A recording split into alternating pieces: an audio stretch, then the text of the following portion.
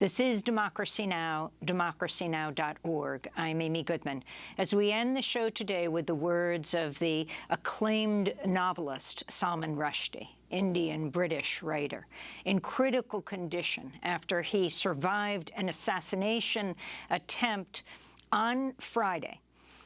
He was knifed 10 times at least as he was about to speak at a literary event at the Chautauqua Institution when a man wielding a knife climbed on stage and began stabbing him. The attack left him hospitalized with severed nerves in one arm, punctured liver, other injuries that left him on a ventilator overnight.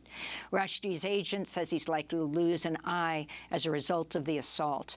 24-year-old Hadi Matar of New Jersey was restrained by audience members, arrested, arraigned on Saturday, pled not guilty to charges of attempted murder and assault with a deadly weapon. Prosecutors have not yet established a motive for the attack.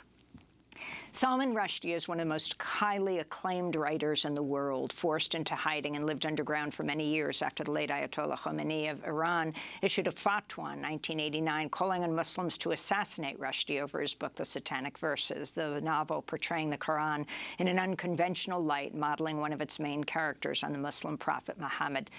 The fatwa was finally lifted by the Iranian president in 1998.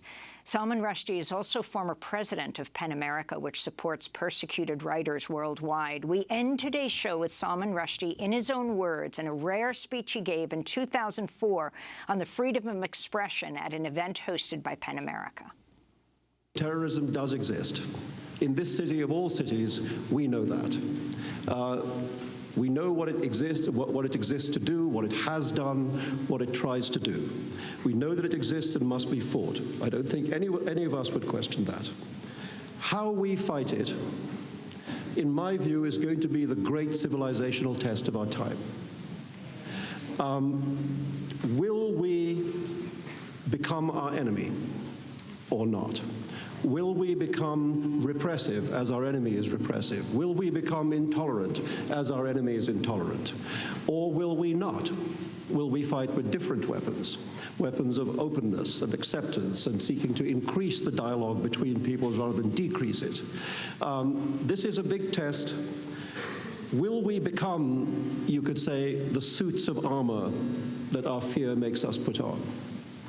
Or will we not? It seems to us in PEN, to many of us in the last months, that we are not passing this test very well at present, and that there are serious reasons to say that there is a crisis in this country of civil liberties, freedom of speech, and human rights of exactly the kind that PEN has spent over 80 years protesting about when it happens in other countries. Exactly the things that, or not exactly, because no parallel is ever exact, but the kind of things that we have tried to highlight, whether it was in Cuba or Burma or Iran or China, those sorts of problems are beginning to crop up here. Problems of what it is possible to say without being in trouble, what it is possible to have access to the information media to talk about, the terms in which it is possible to talk about these things when one does have access to the news media, the way in which the government is becoming increasingly intrusive into areas of our lives which the government has no business to go into, what books we read, what shops we go to, what books we borrow from universities, what do we think about. That is, this gets very close to the thought police and is something which is not acceptable in a free society. That's Salman Rushdie speaking in 2004. He concluded the evening by reading from the works of others. And finally, from former president of PEN, Norman Mailer. He sent us the briefest contribution of anybody, yeah. From John Dos Passos in USA. All right then, we are two nations. However, I also wanted to read from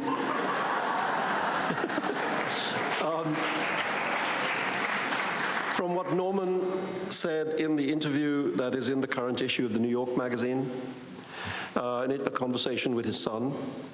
And this is how it ends. Norman writes, or says, "Wisdom is ready to reach us from the most unexpected quarters." Here I quote from a man who became wise a little too late in life. Naturally, the common people don't want war. But after all, it is the leaders of a country who determine the policy. And it is always a simple matter to drag the people along, whether it is a democracy or a fascist dictatorship or a parliament or a communist dictatorship. Voice or no voice, the people can always be brought to the bidding of the leaders. This is easy. All you have to do is tell them that they are being attacked and denounce the pacifists for lack of patriotism and exposing the country to danger. It works the same in every country. That was Hermann Göring speaking at the Nuremberg trials after World War II. It is one thing to be forewarned. Will we ever be forearmed? Thank you. That's renowned Indian-British author Salman Rushdie speaking in 2004 at a PEN American Center event at Cooper Union in New York. On Friday, he was stabbed at least 10 times. He is now in critical condition after that assassination attempt. That does it for our show. I'm Amy Goodman. Stay safe.